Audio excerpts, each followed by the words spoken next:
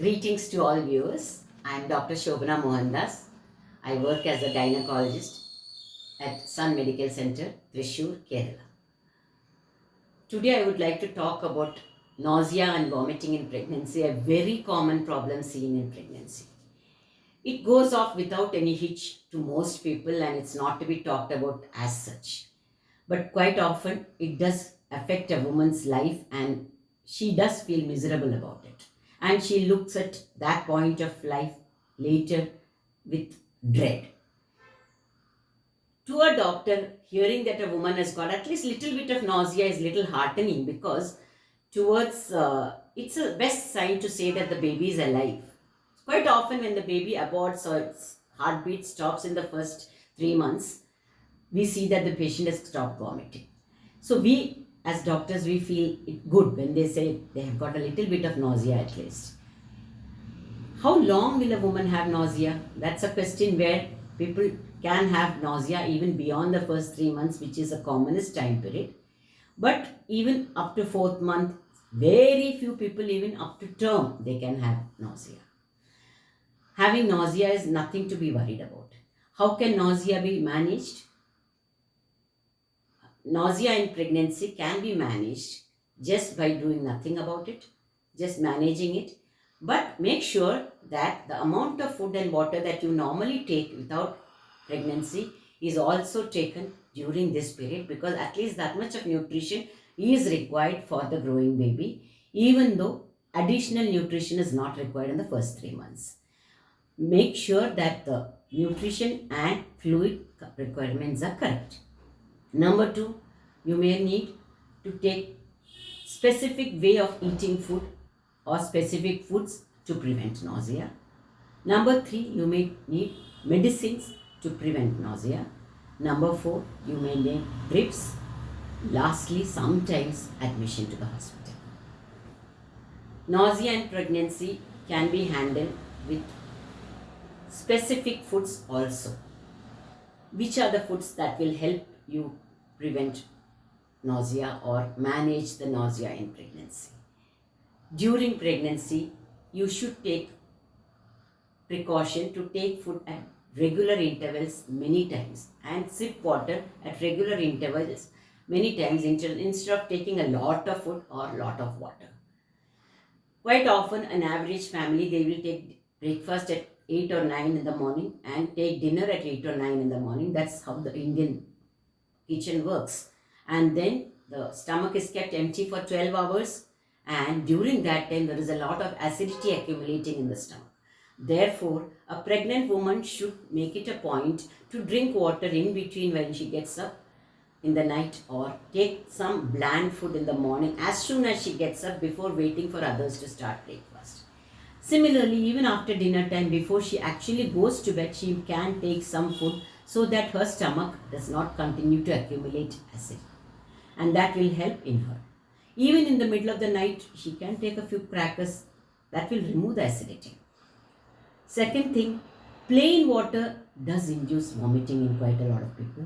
So, either you can take rice gruel water or you can take juices with little bit of electrolytes like salt or coconut water with in plenty of times if it's available, juices, and supplement the electrolytes also because in hot season or in otherwise India is a hot country, so a lot of sweating with lots of electrolytes is there. So you have to take potassium in coconut water or salt in the common salt. Not to take it too much, but to replenish the loss of electrolytes that do come in vomiting. So that is one thing. Take sips of water and food frequently, many times.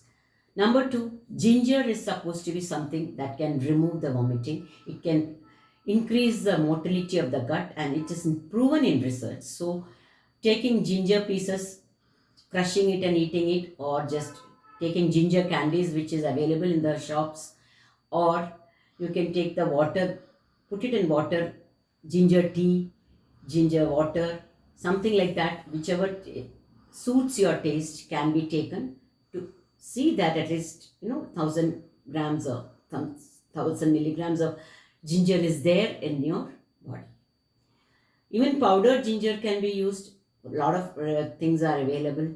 Jeera water was something which used to be taken in the past. So jeera or powdered ginger water used to be taken in the past before the filter water era came. So that can be replacing the filter water. That can help in alleviate the nausea and vomiting of pregnancy. Eating bland foods help because aromas make a woman vomit. Even going near a bakery and listening to the aromas of fried foods can make a woman vomit. A woman has to find out for herself which aroma is not good for her, and she has to avoid those foods which will cause vomiting. Mostly it is the fried foods which causes vomiting in most women.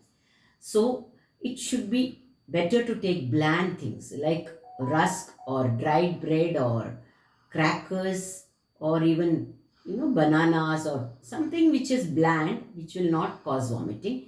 By trial and error, a woman can find out which food is good for her and try to substitute the food which causes vomiting with these bland foods. Taking carbohydrates should be looked after, although it should not be over.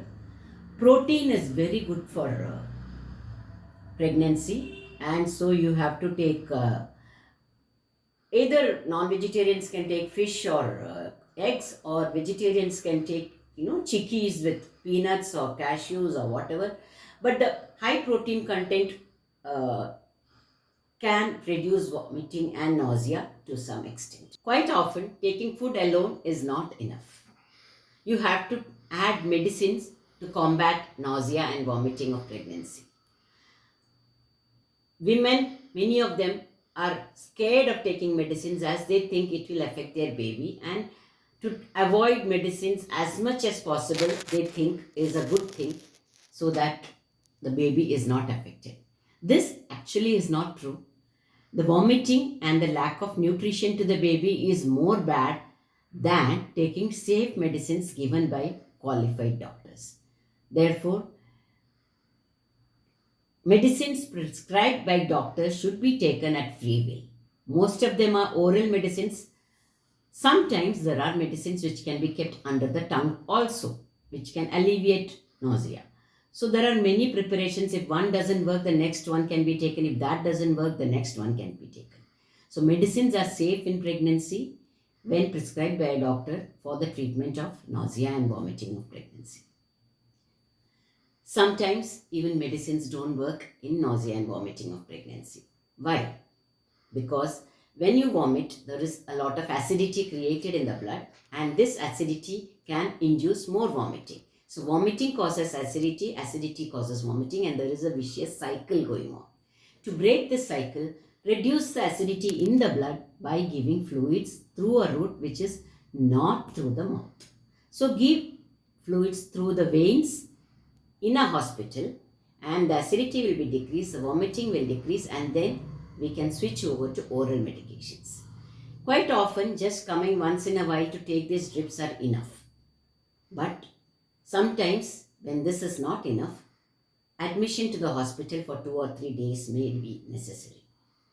Sometimes, not just admission, the woman may need ICU admission. But this happens only once in many, many, many years and should not be thought of as a normal event.